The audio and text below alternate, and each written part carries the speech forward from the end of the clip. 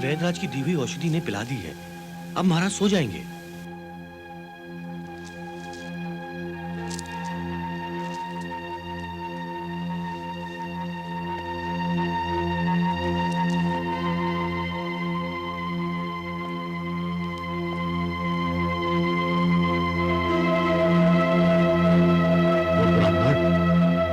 वो ब्राह्मण वो मेरा वध कर देगा। वो ब्राह्मण। महामंत्री, आज्ञा युवराज। आप अभी जाकर नगरी में यह घोषणा करवा दीजिए कि कल सूर्योदय से पहले पहले नगरी के सभी ब्राह्मण नगरी छोड़कर चले जाएं, और यदि कल सूर्योदय के बाद हमारी नगरी में कोई भी ब्राह्मण दिखाई दिया तो उसे मृत्यु दंड दिया जाएगा। मृत्यु दंड।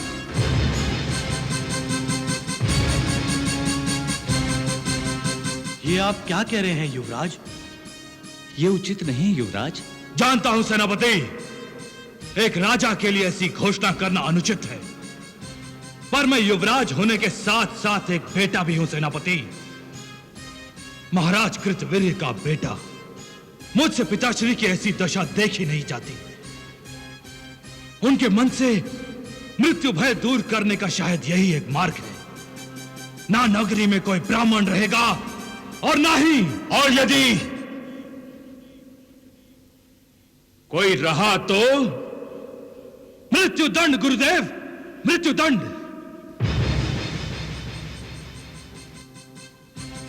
और एक भी ब्राह्मण को यदि मृत्यु दंड मिलने का समाचार पिताश्री के कानों में पड़ जाए तो निश्चय ही ब्राह्मण भय से वो मुक्त हो जाएंगे। आप क्या कहते हैं गुरुदेव? यदि आपकी यही इच्छा है युवराज, तो सबसे पहले मृत्युदंड मुझे दीजिए, क्योंकि मैं भी एक ब्राह्मण हूं।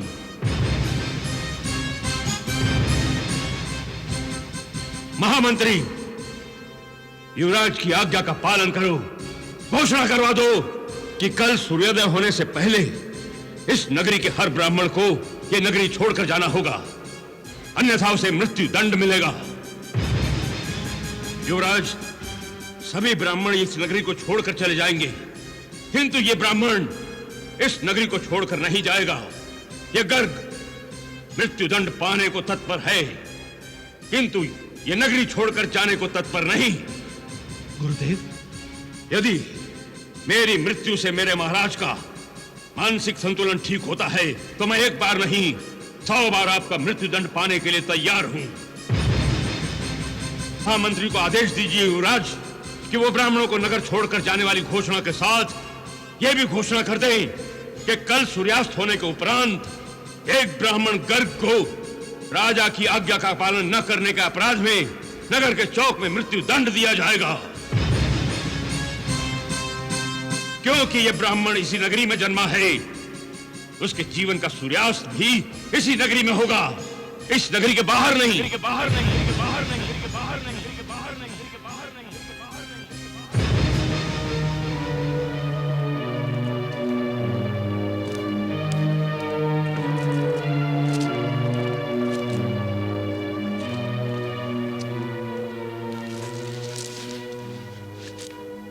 मुझे क्षमा करें गुरुदेव, मुझसे बहुत बड़ी भूल हो गई। ऐसी घोषणा कभी नहीं होगी गुरुदेव, कभी नहीं होगी। उठो युवराज, अपनी भूल के लिए क्षमा मांगने से कोई मानव छोटा नहीं होता, महान बनता है। जैसे किसी एक व्यक्ति के अपराध के लिए दूसरे को दंड देना अन्याय है, उसी प्रकार एक व्यक्ति के लिए सारे समाज को दंड देना भी अन्याय है। और राजा से न्याय अपेक्षित है, अन्याय नहीं। मैं ठीक कह रहा हूं ना? हाँ गुरुदेव। युवराज, अब आपको राजगद्दी पर बैठना है और राजगुरु होने के नाते मैं आपका और अपने इस राज्य का सदा कल्याण चाहता हूं। युवराज, जीवन तो सागर है जिसमें सुख दुख रूपी ज्वार भाटा तो आता ही रहता है, किंतु राजा को इन सब से विचलित नहीं होना चाहिए। तुम्हारा सदा कल्याण हो।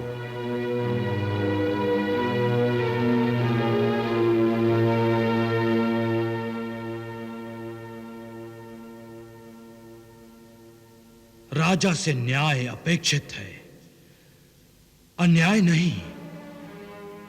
मैं अब और अन्याय नहीं करूंगा गुरुदेव। किसी एक के अपराध के लिए किसी दूसरे को दंड नहीं दूंगा। अब मैं उसी को दंड दूंगा जो दंड का अधिकारी है। जिन्होंने पिताश्री को शाप दिया, अब वो मेरे हाथों मृत्यु दंड पाएंगे। महर्षि अत्रि, आ रहा हूं मैं।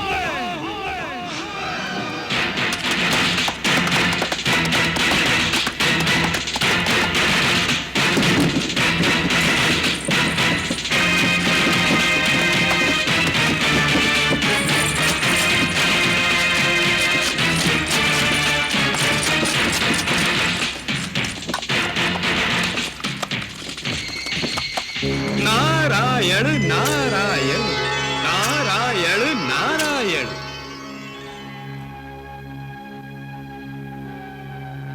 प्रणाम देवर्षि। आप? हाँ, मैं तनिक घबरा गया था। मुझसे? तुमसे नहीं, तुम्हारे रथ की तीव्र गति से। वैसे गति तो तीव्र ही होनी चाहिए, चाहे वो जल की हो, वायु की हो, अश्व की हो या अस्त्र की, या फिर दुर्गति की ही गति क्यों ना हो युवराज। नारायण नारायण। युवराज, दुर्गति की गति तीव्र होगी तभी तो वो शीघ्रता से भागेगी और उसके स्थान पर सद्गति आएगी। मैं तुम्हारी सद्गति के लिए भगवान से प्रार्थना करूंगा। हाँ। वैसे युवराज, जहां तुम जा रहे हो और जिस विचार से जा रहे हो, उसे पूरा करने के बाद क्या तुम महाराज कृतवीर को दिए गए शाप का मुंह फेर सकोगे? उसे निष्फल कर सकोगे?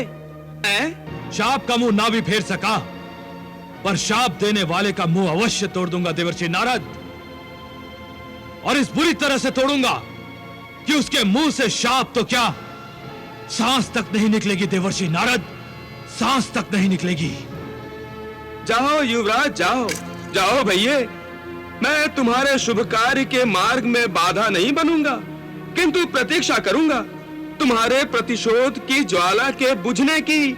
यह प्रतिशोध की ज्वाला महर्षि अत्रि के रक्त से ही बुझेगी देवर्षि नारद। अवश्य अवश्य।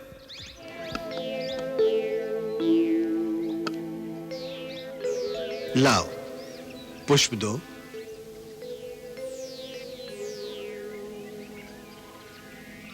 अनसुईया, हाँ? ध्यान कहाँ चला गया? स्वामी, दुर्वासा और दत्त को देखे बहुत दिन हो गए। दुर्वासा तो तपस्या में लीन है और तुम्हारा दत्त लीलाएं कर रहा है आजकल।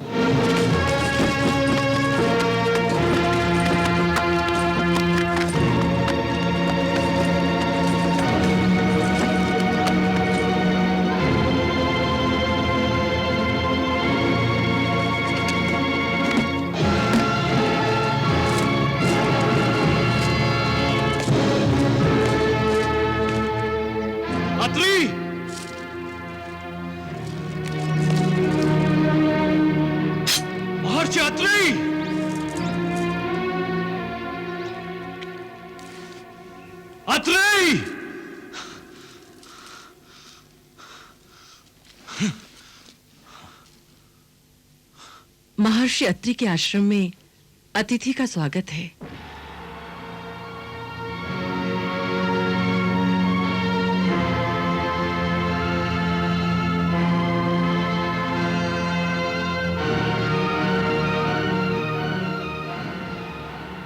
इस आश्रम में शस्त्र की कोई आवश्यकता नहीं है अतिथि।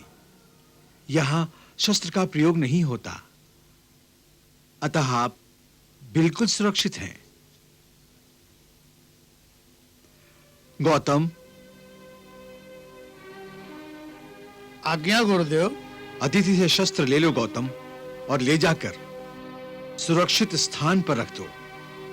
ये आश्रम से जब जाएंगे तब अपने साथ लेकर जाएंगे।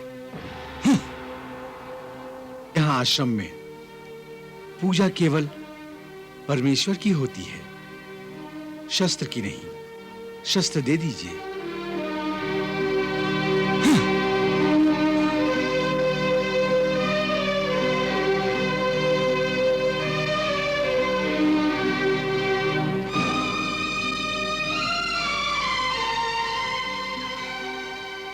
आसन ग्रहण कीजिए अतिथि देव। आसन ग्रहण कीजिए।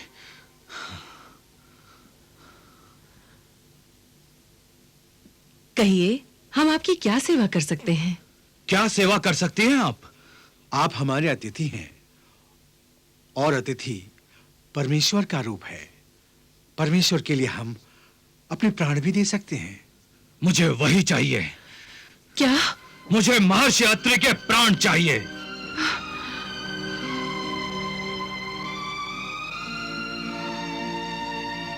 ले लीजिए अतिथि देवता। महर्षि अत्रि, मैं कार्तवीर्य अर्जुन, महाराज कृतवीर्य का पुत्र, आपके अपराध का दंड देने आया हूं। आपने मेरे पिताश्री को शाप दिया था ना? जानते हैं आप, आपके शाप के कारण पिताश्री का जीवन नरक बन गया है। ज्ञात है आपको? वो अपना मानसिक संतुलन खो बैठे हैं। ब्राह्मण भय और मृत्यु भय से वो इतना भयभीत हो चुके हैं कि न रात में सोते हैं न दिन में। उनकी इस दशा के अपराधी आप हैं। मैं आपको इस अपराध का दंड अवश्य दूंगा। महर्षि अत्रि! रुक जाइए अतिथि देवता। आप एक सती को विधवा नहीं बना सकते। मेरे पतिदेव को मृत्यु दंड देने से पहले आपको मेरी गर्दन काटनी पड़ेगी। लीजिए अतिथि देव, मैं तैयार हूं। तलवार चलाइए अतिथि देव। रुक क्यों गए?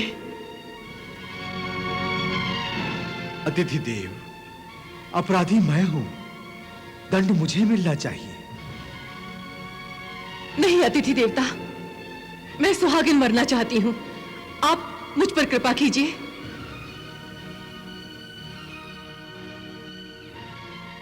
पहले मुझ पर कृपा कीजिए। मुझ पर? नहीं, पहले मेरी गर्दन काटिए।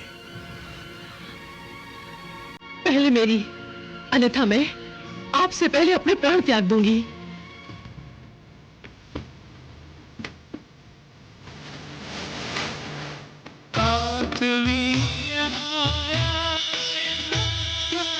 लेने को प्रतिशोध त्याग दिया देख कर भूला वैर विरोध जागा अंतर्बोध। क्षमा कीजिए महर्षि, क्षमा करें माता। मुझसे बहुत बड़ी भूल हुई जो मैंने आपसे प्रतिशोध लेने के विषय में सोचा।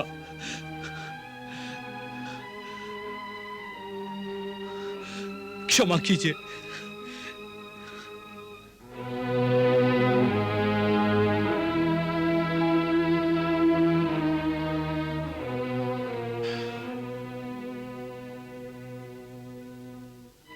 तुम्हारा कोई दोष नहीं है वत्स। अपने पिता के प्रति प्यार और आदर ने ही तुम्हारे मन में प्रतिशोध को जन्म दिया। किंतु हमारे प्राणों पर, हमारे श्वासों पर हमारा अधिकार नहीं है। इन पर अधिकार है केवल सृष्टिकर्ता का, उस जगत पिता का जिसे हम सब परमेश्वर कहते हैं। सृष्टि में जो कुछ भी होता है वत्स, प्रभु की इच्छा अनुसार ही होता है। तुम्हारे पिता की जो दशा हुई है उसमें दोष उन्हीं का है। अपने आप को सर्वशक्तिमान समझकर उन्होंने प्रभु को चुनौती दे दी। विधि की विडंबना देखो। जो कृत्यवीर मृत्यु पर विजय पाना चाहता था, वही कृत्यवीर अब केवल मृत्यु के नाम से भयभीत हो रहा है। मृत्यु अपनी शत्रु नहीं, मित्र है। मित्र से कभी कोई भयभीत होता है? मृत्यु तो अत्यंत सुखदायी अनुभव है, जो मनुष्य को सारी चिंताओं से मुक्त कर देता है। तुम अपनी सारी चिंताओं को त्याग कर परमेश्वर की शरण में जाओ वत्स। एक अच्छे मनुष्य बनने का प्रयास करो, तभी तुम एक अच्छे राजा बन पाओगे और एक अच्छे पुत्र बन पाओगे। जो आज्ञा महर्षि, मैं एक अच्छा मनुष्य बनने का प्रयत्न अवश्य करूंगा। प्रणाम महर्षि।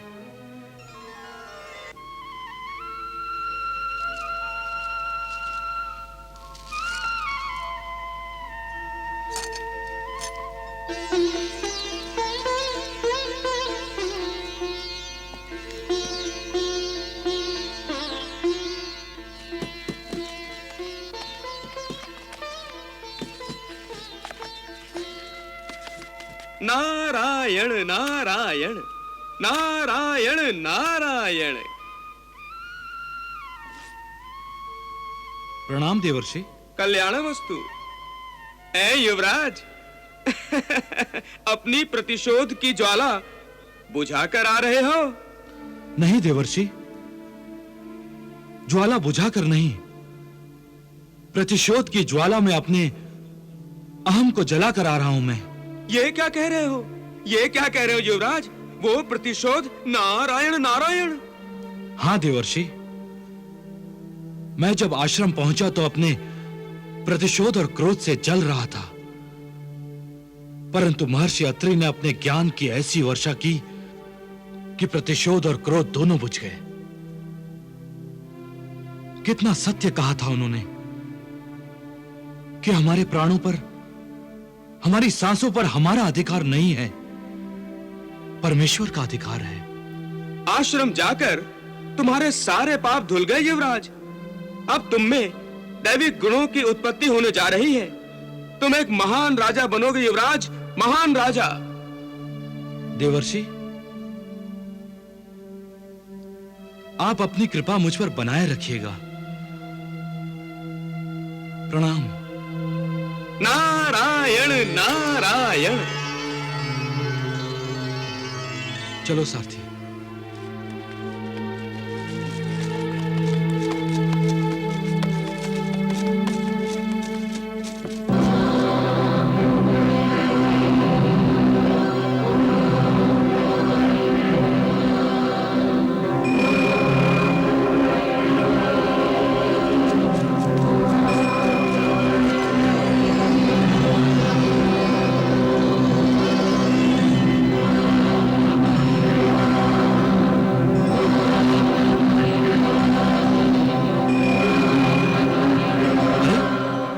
ये तो कोई महान तपस्वी लगते हैं, मुझे इनके दर्शन करने चाहिए। आप यहीं ठहरिए, मैं दर्शन करके आता हूं।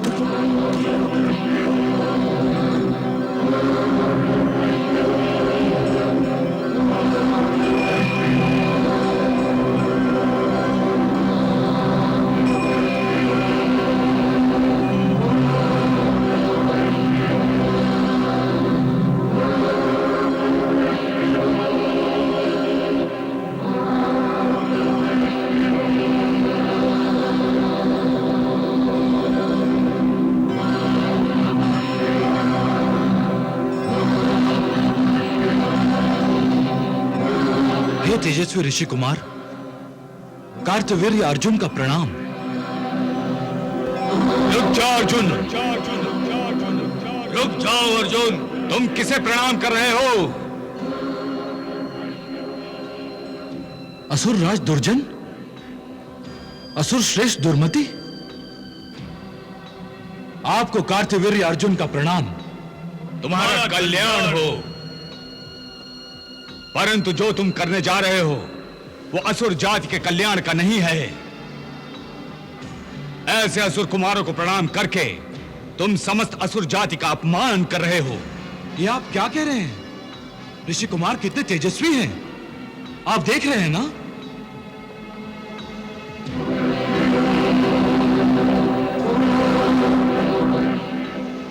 ये तेज हमारा शत्रु है। हम असुर जाति के लिए घातक हैं। तुम्हारे पिता कृतवीर्य ने इसी तेज के कारण अपना मानसिक संतुलन खो दिया और तुम उसी तेज को प्रणाम करने जा रहे हो।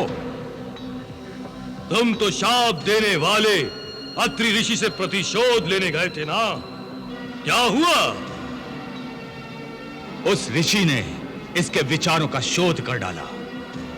गया था क्रोध की अग्नि में जलता हुआ, लगता था सारा आश्रम जला डालेगा, और लौटा है हाथ जोड़कर, उपदेश सुनकर। तुमसे कुछ भी नहीं हो सकता कार्तिवीर्य। लौट जाओ, अपने पिता की नगरी लौट जाओ।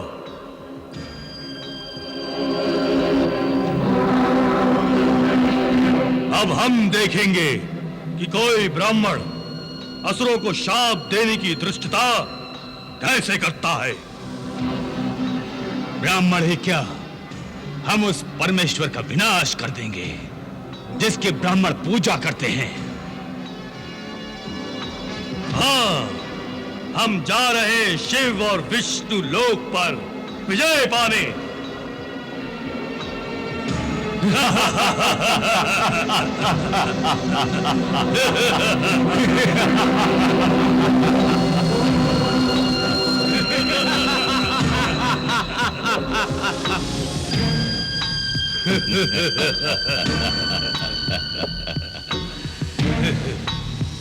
दुर्मति, इन तपस्वियों के तपोबल और समस्त शक्तियों का स्रोत शिव और विष्णु ही है ना?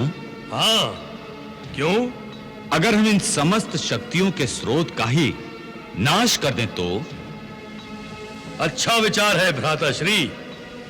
उनकी नाश का अर्थ है तपस्वियों का नाश, देवताओं का नाश। और हम ये नाश करेंगे अवश्य, क्योंकि हम अमर हैं, हम अजेय हैं। नारायण, मन बहुत व्याकुल है सृष्टिकर्ता। जो होने जा रहा है मेरी बुद्धि से मानने को तत्पर नहीं है परमपिता। मारे भय के मेरा यह कोमल शरीर कांप रहा है भोलेनाथ।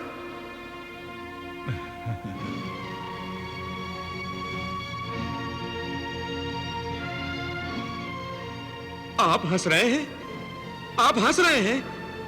वहां सृष्टि रोने वाली है और आप हंस रहे हैं। ऐसा क्यों सोच रहे हो वत्स?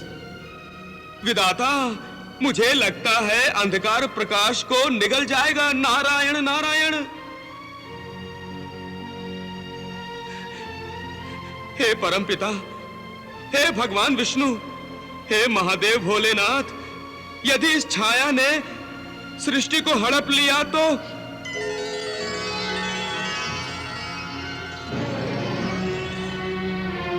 त्रिदेवों, मैं कोई हंसी ठट्टा नहीं कर रहा हूं। नारायण नारायण। वो असुर भ्राता दुर्जन और दुर्मति क्षीर सागर वाली शेष शैया पर सोने की आकांक्षा रखते हैं। वो आपका विष्णु लोक छीन लेना चाहते हैं भगवान भोलेनाथ। वो आपके कैलाश पर भी आक्रमण करने वाले हैं। नारायण नारायण। तप यज्ञ समाप्त हो जाएंगे, पूजा आराधना अपना आराध्य एवं पूज्य बदल लेंगी। नारायण, आपको तो कोई चिंता ही नहीं है। मैं कोई अपना स्वप्न नहीं बता रहा हूं भगवान। आप जानते हैं ना, दुर्जन और दुर्मति अजेय हैं, उन्हें कोई पराजित नहीं कर सकता,